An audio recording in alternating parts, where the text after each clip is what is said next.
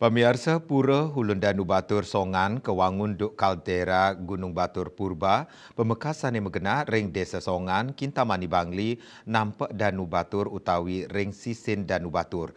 Pinaka silih tunggil Pura Sat Kayangan 3, Pura Hulundanu Batur. Talar akeh kerauhin oleh kerama sejebak Bali untuk mendak Betara Tirta utawi Nur Tirta saha pengelukatan sane megena ring Pura Tirta Hulundanu.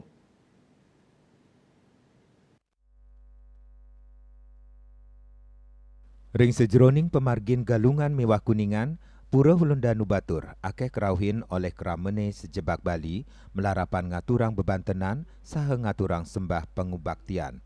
Pura Hulundanu Batur talar kata kerauhin oleh umat saning laksanayang mendak Betara Tirta sane kewigunayang ring upacara agama sekadi upacara ngentak linggih ring Pura Desa Soang-Soang.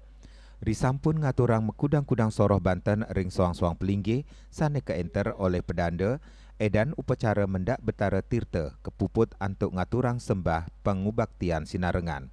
Raris kelanturang Betara Tirta kepundut nuju Pura Tirta Hulundanu sane megenah ring Sisin Danu Batur. Tirta pacang kelinggihang ring wangunan suci tur keras titiang oleh mangku soang-soang kelanturang antuk ngaturang sembah pengubaktian pemedak.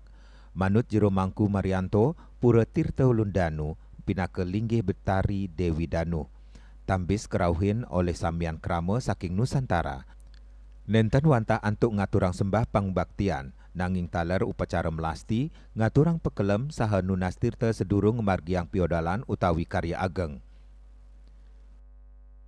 Batur yang ada di Desa Songan ini tempat Ida Betara melakukan yang pertama melakukan pesucian atau istilahnya melasti, yang kedua ada istilahnya ngaturang pakelam, nunas tirta, pakuluh, jagi wendeng, jagi feodalan, karya dan sebagainya. Yang kalih selanjutnya wenden juga semeton sani nunas tirta pengelukatan di Pura niki. Nah niki kalau umat yang melakukan persembahyangan niki memang setiap hari ada. Nggih. Pura niki semeton Nusantara pada umumnya niki setiap hari wenten manten semeton yang arau pada tangkel perayaan dari kiring Pura Tirta Hulundanu Batur.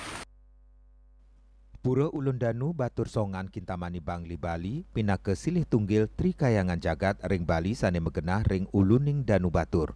Pura Hulundanu Batur kepercaya pinaka linggih Betari Dewi Danu antuk nunas kesukertan miwah kerahayuan majeng samian umat Hindu Bali.